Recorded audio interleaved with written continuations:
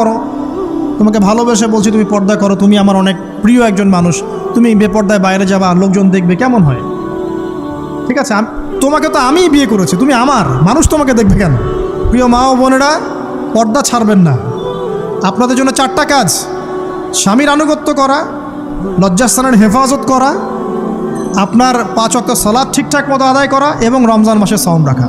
নবীজি বলেছেন সাল্লাল্লাহু আলাইহি ওয়াসাল্লাম, জান্নাতের যে কোনো দরজা দিয়ে ইচ্ছা আপনি প্রবেশ করতে পারবেন। আপনার জন্য সহজ। আর স্বামীর আনুগত্য বলতে আমি বুঝাইনি স্বামীর দাসত্ব করতে হবে, এটা বলিনি।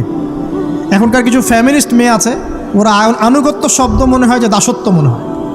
আনুগত্য দাসত্ব এক জিনিস না। আনুগত্য কি? স্বামী কোরআন সুন্নাহর অনুকূলে কোনো কথা বলেছে, আপনি মানবেন।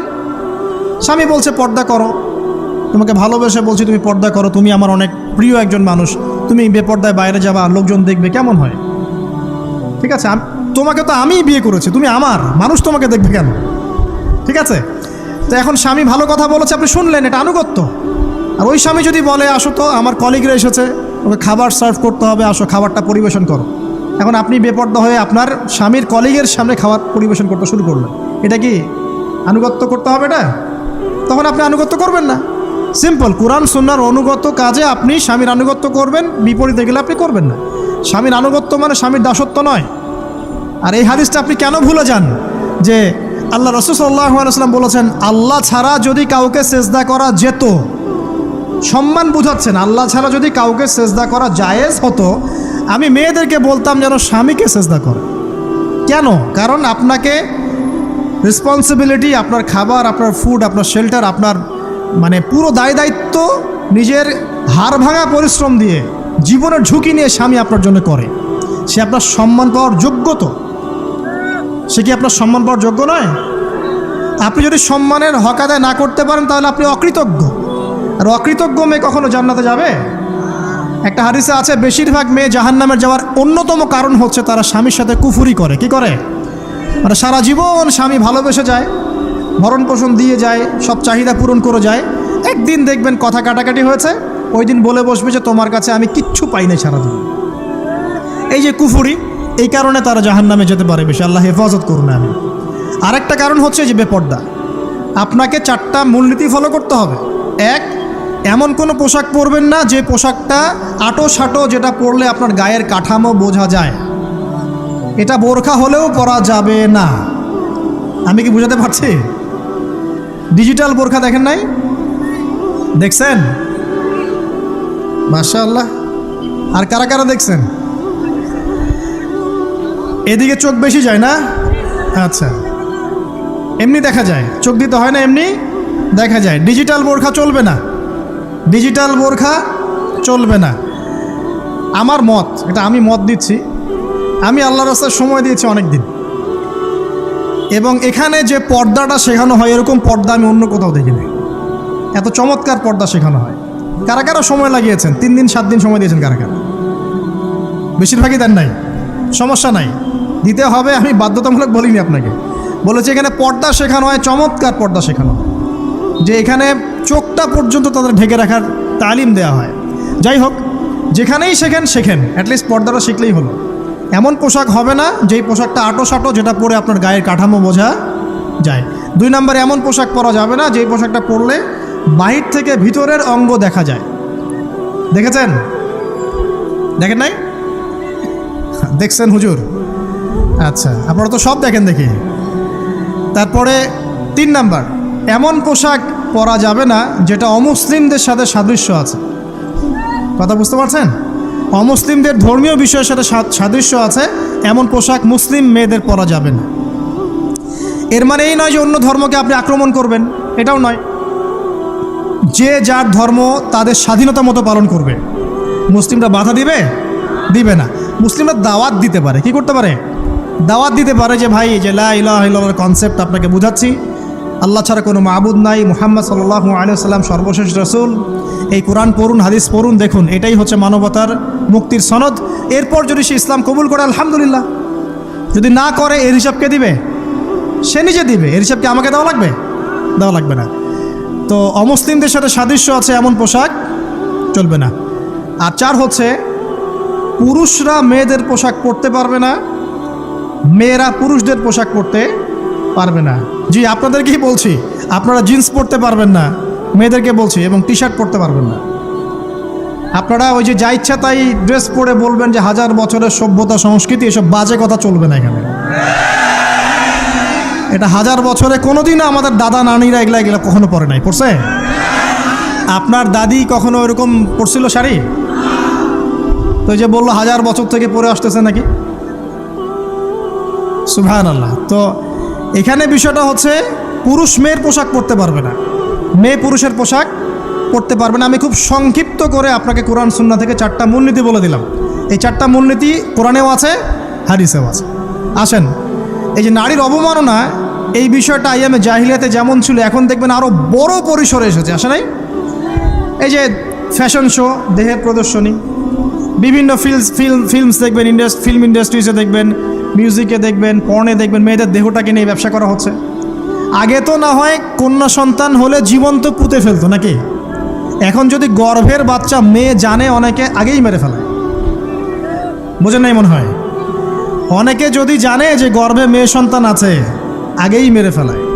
এমন অনেক দেশ আছে, আমি নাম বলছি না দেশের সঙ্গত কারণে, যে সেই দেশে এরকম মেয়ে সন্তানকে এই যে খালাস করে ফেলার, নষ্ট করে ফেলার, ভ্রূণ নষ্ট করার আলাদা ক্লিনিক আছে, আলাদা হসপিটাল আছে। বলে নাউজুবিল্লাহ। তো আসলে ওই 1450 বছর আগের মানুষটা বেশি বর্বর ছিল না আমরা বেশি বর্বর?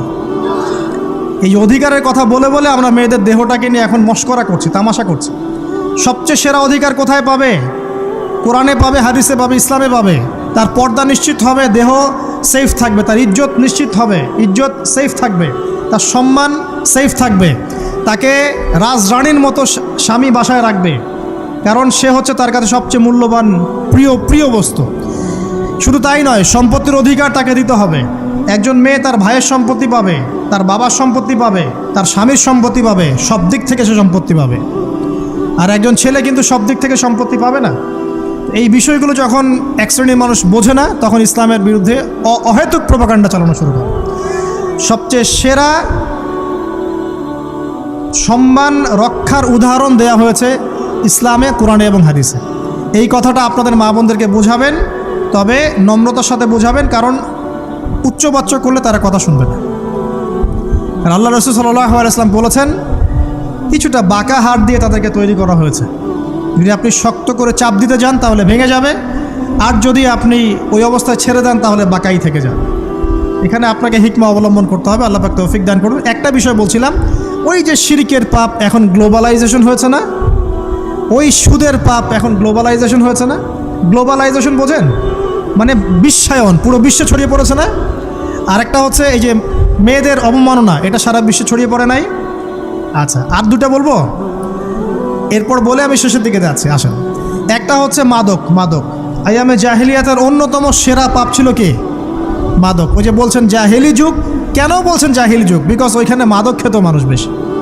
এখন বলেন, ওখানে না হয় মক্কায় মাদক খেত মানুষ, এখন সারা বিশ্বে মাদক ছড়িয়ে পড়ে নাই? বেশি না কম? এখন এই যে নতুন নতুন মাদক আসছে, ইয়াবা, আরও নাকি কি আসছে নতুন নতুন, আমরা নামও জানি না।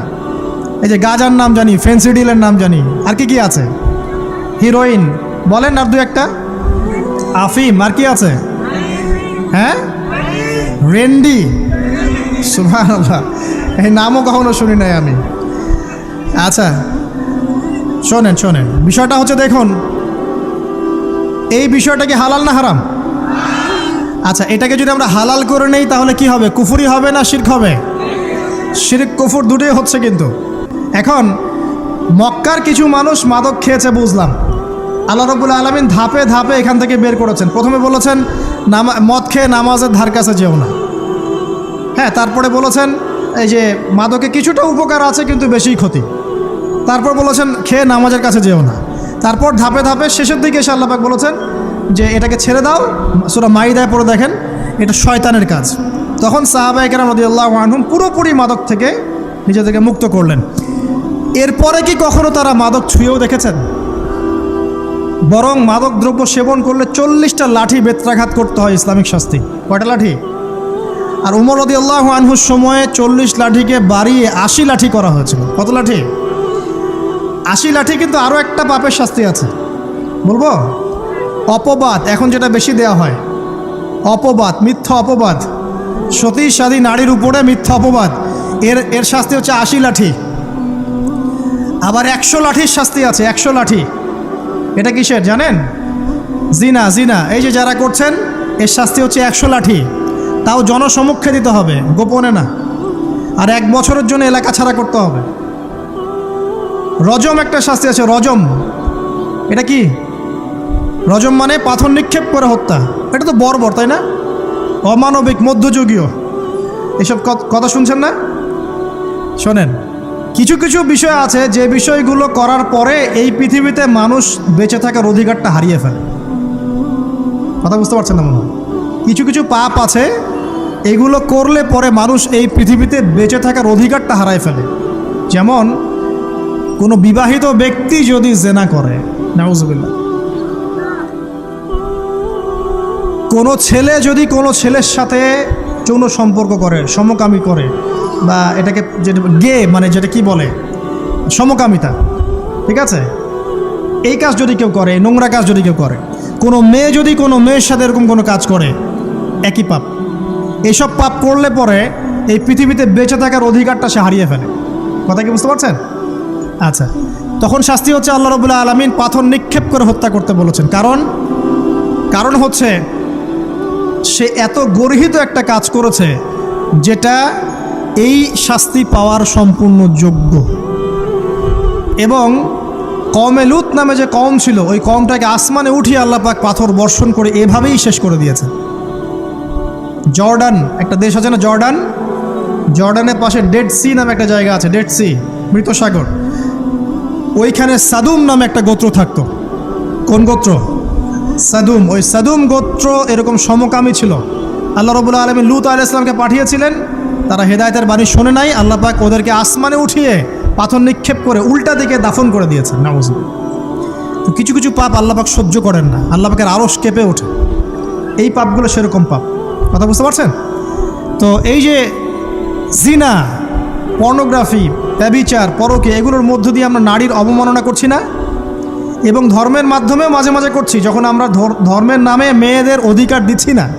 অনেকেই সম্পত্তির অধিকার দিচ্ছেন না, অনেকেই শিক্ষিত করছেন না, অনেকেই আরও যৌতুক নিচ্ছেন না, যৌতুক নিচ্ছেন না অনেকেই। যে বিয়ের সময় যৌতুক নেয়, এটা তো মেয়ের উপর, মেয়ের পিতার উপর টর্চার করা, সম্পূর্ণ হারাম, সম্পূর্ণ হারাম।